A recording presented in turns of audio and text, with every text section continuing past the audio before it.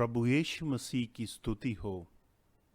इस यीशु मसीह के नए नियम द्वारा रक्षा के व्हाट्सएप ग्रुप में आप सबका स्वागत है। इस संदेश को सुनने के लिए मैं आप सबका धन्यवाद करता हूँ। उसके साथ ही इस ग्रुप के सभी एडमिन भाइयों का भी मैं धन्यवाद करना चाहता हूँ। मेरे पिछले मैसेज में हमने बात किया संतान होने का अधिकार प्राप्त करना। इसके लिए जो वचन हमने पढ़ा था वह था यूहन्ना का सुसमाचार पहला अध्याय 12वां वाक्य।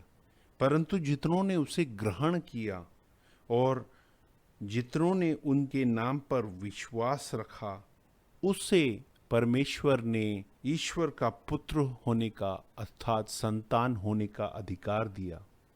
और फिर हमने कोलोसियों की पुस्तक में पढ़ा कि हमें क्या ग्रहण करना चाहिए। हमें यह ग्रहण करना चाहिए कि यीशु मसीह में परमेश्वर की पूर्णता संपूर्णता देह रूप में वास करती है। और उसके नाम पर हम क्या विश्वास करें? उसके नाम पर हम यह विश्वास करें कि वो पिता के नाम से ही अर्थात परमेश्वर के नाम से ही इस भूमि पर प्रकट हुआ। हमने वो देखा कि यूहन्ना का सुसमाचार 5वां अध्याय 43वां वाक्य और 17 अध्याय 6वां वाक्य और 11वें वाक्य में हमने यह देखा कि वह पिता के नाम से ही इस भूमि पर आया। तो उसके नाम पर विश्वास करना अर्थात यह विश्वास करना कि वही परमेश्वर का नया नाम है, पिता का नया नाम है, जिससे कि रक्षा प्राप्त होता है, जिससे कि यह अधिकार प्राप्त होता है कि हम परमेश्वर की संतान कहलाएं। अब हमें जब यह अधिकार प्राप्त होता है तब हम फिर भी शिशु हैं। अधिकार होने से हम पुत्र नहीं बन जाते हैं। यीशु ने कहा यूहन्ना के सुसमाचार 3 अध्याय में निकोदिमस से यह कहा कि अगर तू नए सिरे से नहीं जन्मेगा तो परमेश्वर के राज्य में प्रवेश ना कर सकेगा।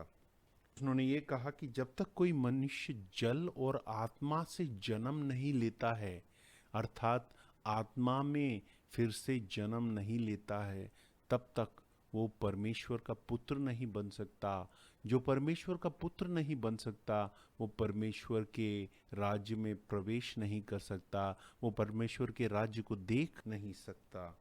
तो वह जो आत्मा से जन्मा हो वह ही परमेश्वर का पुत्र कहलाता है।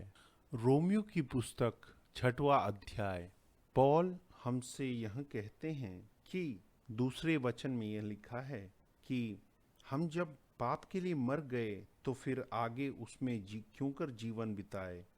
क्या तुम नहीं जानते कि हम जितनों ने मसीह यीशु का बपतिस्मा लिया तो उसकी मृत्यु का बपतिस्मा लिया।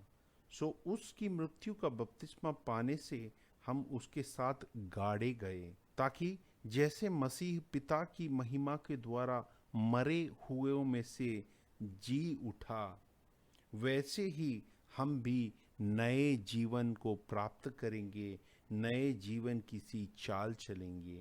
और इस मृत्यु की समानता में हम जब यीशु की मृत्यु के साथ जुड़ गए हैं तो निश्चय ही हम उसके साथ में जी उठेंगे। पुराना मनुष्य जो यीशु क्रूस पर चढ़ा उसी तरह वो पानी में अंदर जाकर वो गाड़ दिया जाता है ताकि उसके पापों के साथ वो पुराने मनुष्य को गाड़ देता है। और वह जो मर गया वो कैसे पाप से छुटकारा पाकर धर्मी हो जाता है। मसीह मरे हुए में से जी उठा तो हम पर अब मृत्यु की प्रभुता नहीं रहेगी क्योंकि हम ऑलरेडी मर चुके हैं। जिस तरह से हम जड़ के स्वभाव का जीवन व्यतीत कर रहे थे उसको हमने बपतिस्मा रूपी गाड़ने की प्रवृत्ति में हमने पुराने व्यक्ति को गाड़ दिया है। तो पुराना व्यक्ति जैसे कि आप मुझे लेंगे तो अगर मैंने बपतिस्मा लिया है तो मैं जब तक अपने पुराने व्यक्ति को गाड़ नहीं सकता, मेरे बपतिस्मा की पूर्णता नहीं होती है। अगर मैं अभी भी उस पुराने स्वभाव में जी रहा हूँ तो मैं गलत हूँ और ईश्वर मुझे सही करेगा अपनी आत्मा के प्रवर्तन के द्वारा। पर आत्मा से जीना बहुत जरूरी है। जब तक हम पुराने व्यक्ति के रूप में मर नहीं जाते और नए आत्मा से हम जीवित नहीं होते, तब तक परमेश्वर की आत्मा हम पर प्रवर्तन नहीं करती है। तो इस पूरे अध्याय को हम पढ़ने से हमें एक चीज बहुत अच्छे से समझ में आ जाती है। जो नए नियम का जो बपतिस्मा है वो मृत्यु है, पुराने व्यक्ति का मृत्यु, और पुराना व्यक्ति जो गाड़ दिया जाता है। और जो व्यक्ति मृत्यु और गाड़ने की प्रक्रिया में जो वो पार्टिसिपेट करता है, उसमें वो किसकी मृत्यु से जुड़ जाता है? वो यीशु मसीह की मृत्यु से जुड़ जाता है। इसके अंदर और कोई हमारे लिए सूली पर नहीं चढ़ा, यीशु मसीह हमारी सूली पर चढ़ा। तो उसके नाम पर हम विश्वास कर रहे हैं कि वो हमारे लिए मृत्यु को प्राप्त हुआ, वो पुत्र बनकर इस दुनिया में आया और पुत्र बनकर वो मृत्यु को प्राप्त हुआ।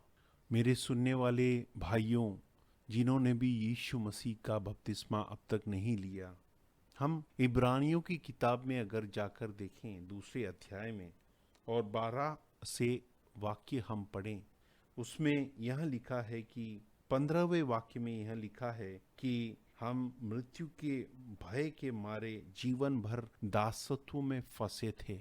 और जो 12 अध्याय से यहाँ कहा गया है कि मैं उस पर भरोसा रखूंगा और फिर यहाँ ना देख कि उन पुत्रों सहित जिसे परमेश्वर ने मुझे दिया, क्योंकि पुत्र जो मांस और लहू में भागी है, क्योंकि पुत्र मांस और लहू में भागी है।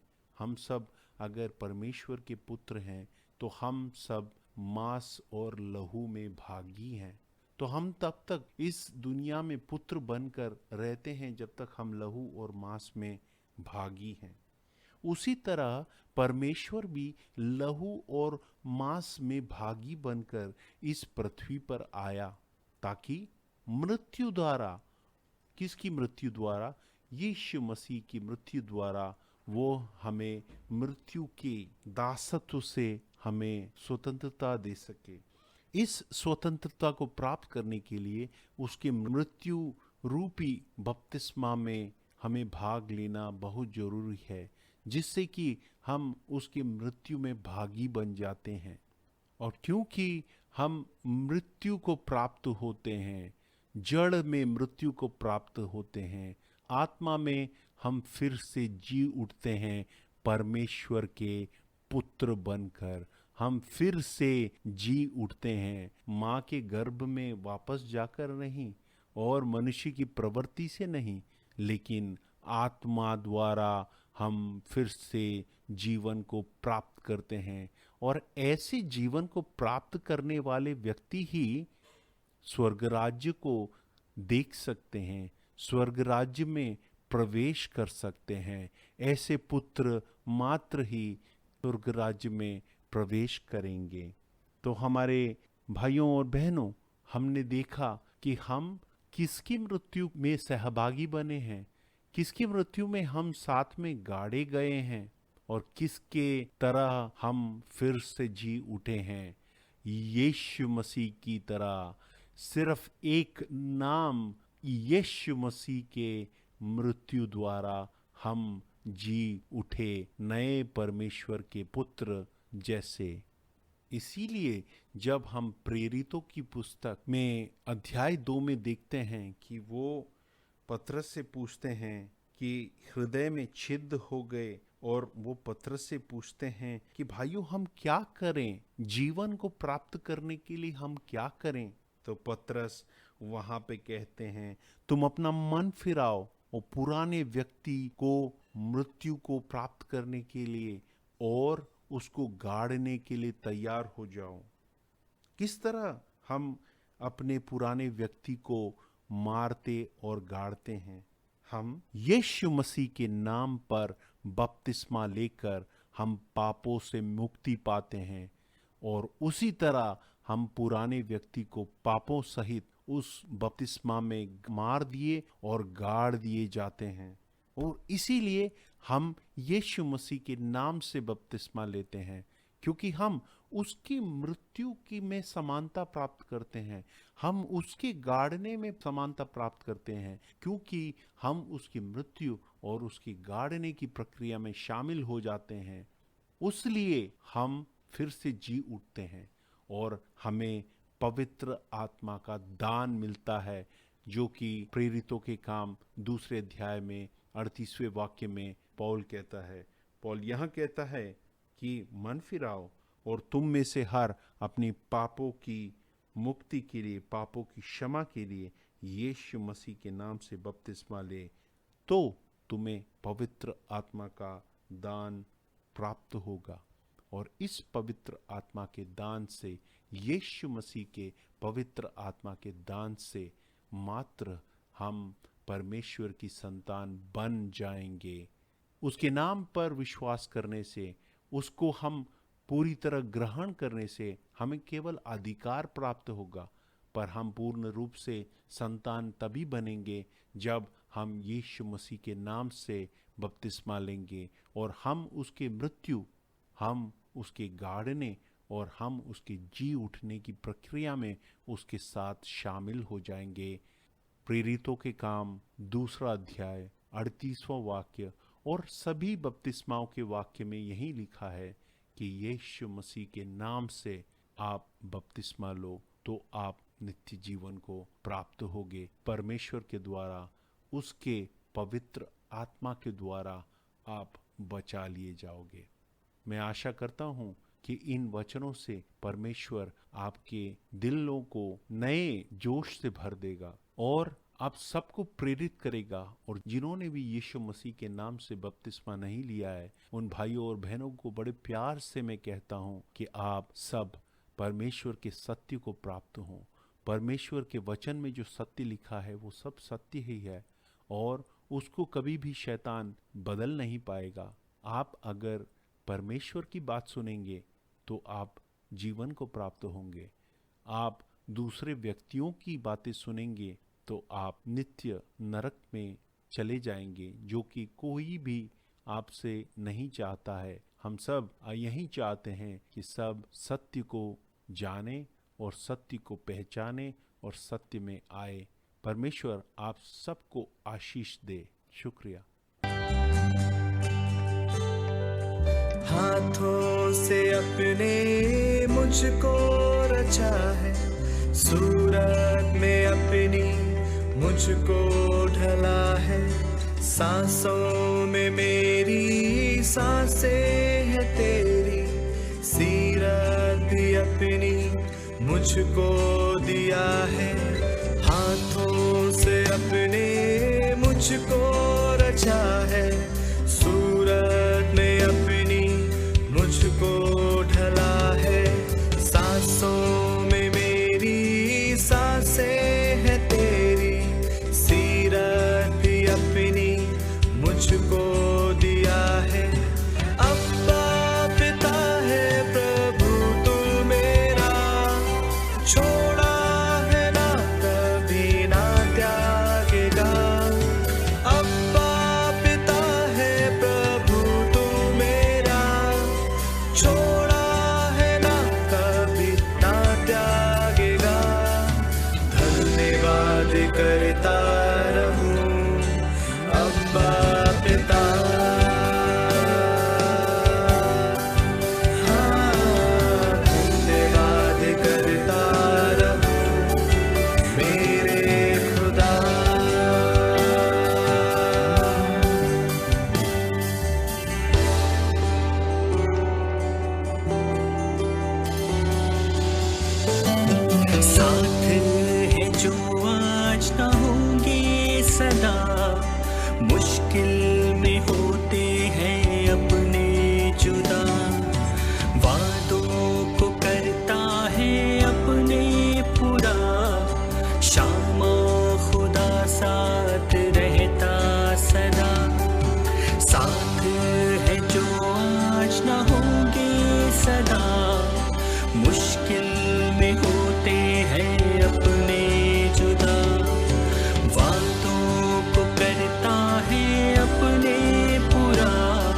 श्यामा खुदा साथ रहता सदा।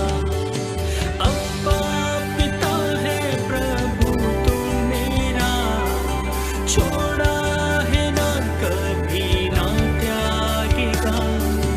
अब्बा पिता है प्रभु तू मेरा, छोड़ा है ना कभी ना त्यागेगा। धन्यवाद करता रहूं अब्बा पिता, हाँ धन्यवाद करता रहूं मेरे खुदा।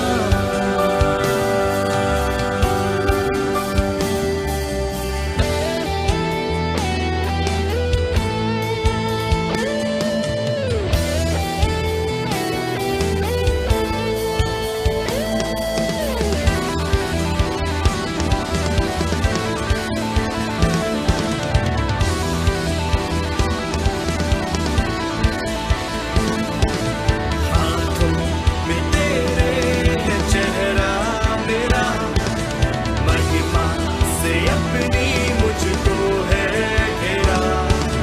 ना डरूंगा मैं, ना डिगूंगा मैं, यीशु साथ तेरे सदा चलूंगा मैं। हे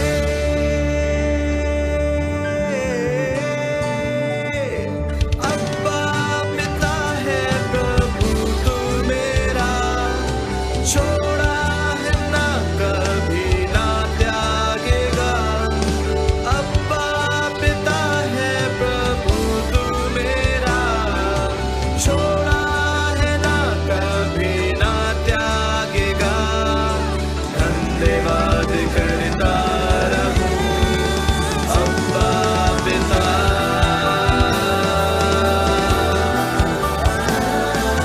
धन्यवाद करता रहूं मेरे खुदा।